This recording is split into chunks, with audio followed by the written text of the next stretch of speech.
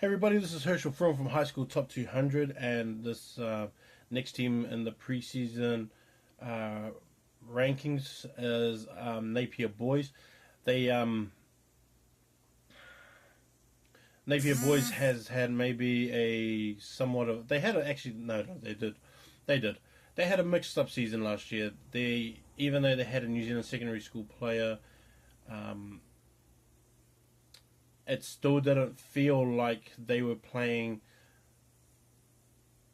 the best rugby that you could expect from a roster like that. Like, I think if you just looked at the roster, they had a really strong squad. They had one of the best backlines in the country. I thought that didn't it just didn't click for some reason. There was something wrong that I don't know what it is, but it just didn't seem the same. And so they had a lot of mixed results, a lot of up and down games, sequence of games where they would win really good, and then the next week they would just play terrible, and it just didn't look like there was any kind of consistency within their scores as well as in the team performances. And if you looked at selections, you would feel the same too when it came to looking at selections from week to week. It just didn't look the same. This year, I actually think there's going to be a pretty good year. I think Josh Boxer is probably going to be the guy that you rely on. I would pick him for captain. He would be the New Zealand hopeful. I actually think that he would be really good in New Zealand secondary schools. Maybe at lock, not blindside, but he'll probably play blindside for the first 15. But Josh is really tall. He's really fast and long, and he's pretty strong as well. And so I kind of like the dynamics of him as a player. And so having him as a lock blindside would be a pretty good idea, especially if they're going to pick him for New Zealand secondary schools. But he's probably the guy that I'll probably go for in terms of the guy that I thought would be New Zealand secondary schools. They'll have a pretty good front row. Tyron Thompson is going to be there at hooker, only year 12. Cameron Huyata is going to be there as a prop. Lorlani Faleva. He was actually one of the guys who was selected for Hurricanes under 17s one year, and then in 2015, and then in 2016, just last year. I don't know. He just fell off, I guess. He wasn't even making the bench for the first 15 and was basically on the bench for the second 15. Now, whatever the reason is that he has something in him that makes him a really good player. He's just not tapping into it, whatever it is. I actually hope that he finds it this year, and then he makes an appearance this year for Napier boys on a consistent basis, because I think that he has something to him that just hasn't been tapped into. Joshua Gimblett is probably going to be one of the locks, who's also probably going to be a guy at in the loose forward bracket, because I know that he's that talented, and he's that agile to get around the field and to sort of make some of the movements that a blindside would make. Patrick Teddy is a guy that I'm not too sure what position that they're going to put him in, because I know that he can play a few positions, and so it's a matter of where you're going to place him and how is he going to benefit your team.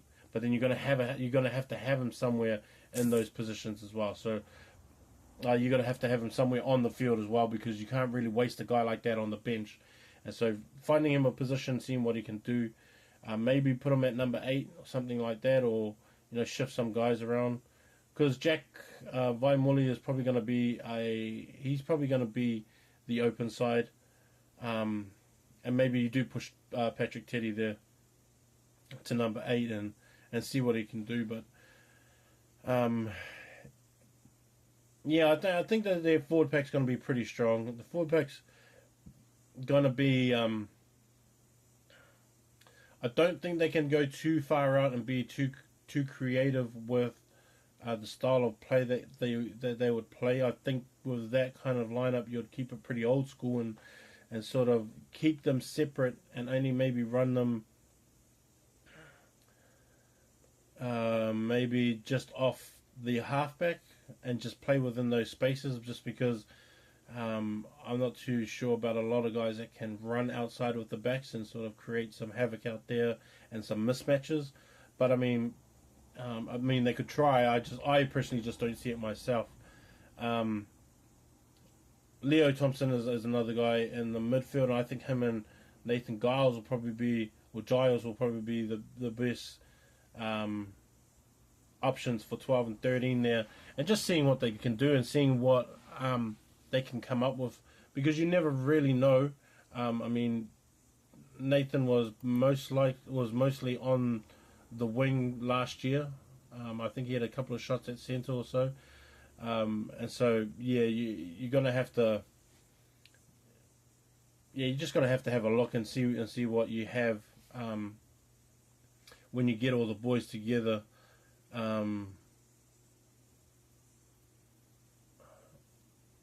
Because they do have a lot of options of guys that have, that have played last year, like Patrick Teddy was had played a lot last year. Jack Lahore was probably another one that played quite a bit.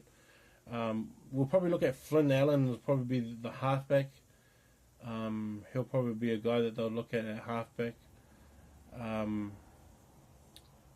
Because they have guys like Henry Williams as well.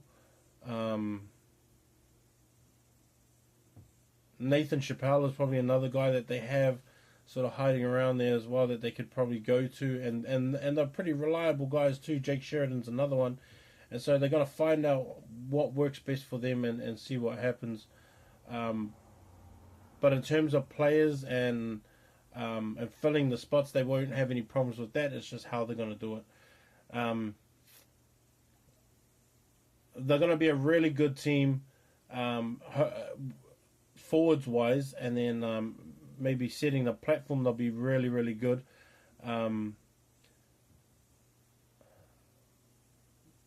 But I think the question mark will really be within the halfback first five area, which is obviously key because Hazan's gone.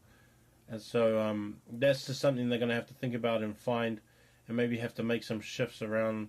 I mean, like, Henry Williams and Max Anderson and, guys like that could probably adjust or, find someone else, or maybe move Flynn up, bring Angus in as well, Kilmister. They're just going to have to do something. They have to find what's best for them and see that it works, and then, and just go from there. I'm really interested in seeing how they go, and it's going to be good to watch them get out there in the Super 8.